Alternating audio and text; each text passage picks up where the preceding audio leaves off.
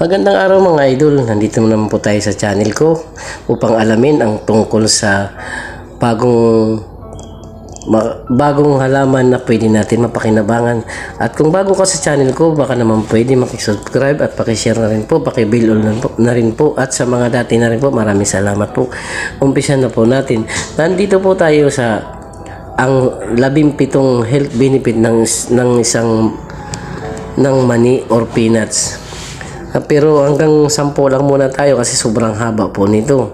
Kaya mag-umpisa po tayo sa number 1 hanggang sa number 10. Una, nandito na po tayo. Number 1 po, nakakatulong sila na maiwasan ng diabetes ayon sa isang pag-aaral. Ang mga babae na kumakain ng mani ay may mas mababang panganib na magkaroon ng type 2 diabetes kaysa sa mga hindi. Ito ay dahil ang mani ay may mababang glycemic index na nangangahulugan na hindi nila nagpapataas ang iyong blood sugar level ng sobra. Number 2, nakakatulong sila na maiwasan ang pagkakaroon ng gallstone. Ang gallstone ay may maliliit na bato na nabubuo sa iyong gallbladder na maaaring magdulot ng sakit at infection. Ang isang paraan upang maiwasan ito sa pamamagitan ng pagkain ng mga mani ay mayaman sa unsaturated fats at fiber. Ang mga ito ay makakatulong mapanatiling malusog ang iyong gallbladder at maiwasan ang pagbara ng bile ducts. Pangatlo, nakakapagpabuti sila sa iyong memorya at mga memorya. Ang mani ay mayaman sa niacin o vitamin B3 na mahalaga para pagpapanatili ng normal na function ng iyong utak. Ang niacin ay nakakatulong na maprotektahan ng iyong utak mula sa oxidative na nagdulot ng cognitive decline at dementia. Ang niacin nakakuha rin sa iba pang pagkain tulad ng karne, isda at itlog. Pang-apat, nakakatulong din sila na maiwasan ang depression. Ang depression ay isang seryosong kondisyon na nakakapekto sa iyong mood, energy at motivation. Isa sa mga posibleng sanhi nito ay ang kakulangan ng serotonin, isang neurotransmitter na nagbibigay ng pakiramdam ng kaligayahan at kasiyahan. Ang mga mani ay mayaman sa tryptophan, isang amino acid na ginagamit ng iyong katawan upang gumawa ng serotonin. Sa pamamagitan ng pagkain ng mani, maaari mong madagdagan ang iyong serotonin level at magkaramdam ng mas positibo at mas masaya. Panglima, nakakatulong sila ng magbawas ng timbang kung naghahanap ka ng masustansyang snack time na makapagpabusog sa iyo ng matagal. Ang mani ay isang mahusay na pagpipilian. Ang mga mani ay mayaman sa protina, fiber at healthy fats na lahat ay nakakatulong na mapanatili ang iyong blood sugar level at metabolism sa balanse. Ang mga ito ay nakapagbigay din ng energy at lakas para sa iyong physical activities. Ayon sa ilang pag-aaral, ang taong kumakain ng mani ay hindi nagkakaroon ng timbang mula sa mga ito. Sa katunayan, ang mani ay maaaring makakatulong sa kanila na magpapayat.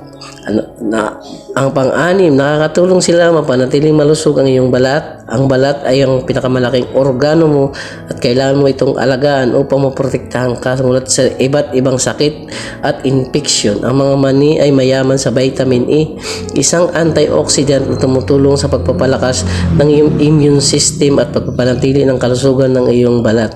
Ito ay dahil nakaka-enhance ito ng collagen product sa iyong balat na siyang nagbibigay ng elasticity at kagandahan. Ang mani ay nakakatulong din sa pagpapigil ng mga sign of aging tulad ng wrinkles at dark spot. Kaya kung gusto mo mapanatiling glowing at healthy ang iyong balat, kumain ng mani araw-araw. Pampito, nakakatulong sila sa pagpapalakas ng iyong immune system. Ang mga mani ay mayaman sa vitamins at mineral tulad ng magnesium, zinc at niacin na lahat ay nakakatulong sa pagpapalakas ng iyong immune system. Ang zinc halimbawa tumutulong sa paglaki ng iyong immune cells mula mo at paglaban sa mga mikrobyo at virus sa iyong katawan. Ang mani ay mayroon din itong anti-inflammatory properties na nakakatulong pagpababa ng iyong panganib na magkasakit. Pangwalo, nakakatulong silang maiwasan ng kanser. Ayon sa ilang pag-aaral, ang mga mani ay nakakatulong sa pag-iwas ng panganib at magkakanser, lalo na ang colon cancer at breast cancer. Ito ay dahil sa phytochemical na nakakapaloob sa mga mani tulad ng resveratrol at beta-sitosterol na nakakatulong sa pagpigil ng pagdami ng mga cancer cells sa iyong katawan. Pang-siyam, nakakapag-alaga sila sa iyong puso. Ang mani ay mayaman sa healthy fats tulad ng monosaturated at polyunsaturated fats na nakatulong sa pagpapababa ng iyong cholesterol at panganib na magkaroon ng cardiovascular disease tulad ng heart attack at stroke. Ayon sa mga pag-aaral, ang mga taong kumakain ng mani ay mas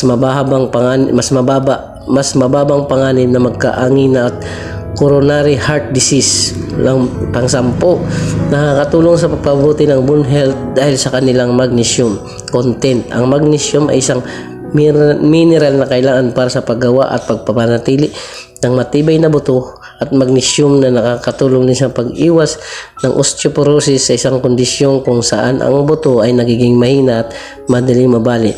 Hanggang dito lang muna po tayo. Sa susunod po natin na topic ang 11 to hanggang 17. Maraming salamat. Salamat po sa panonood ng video ko.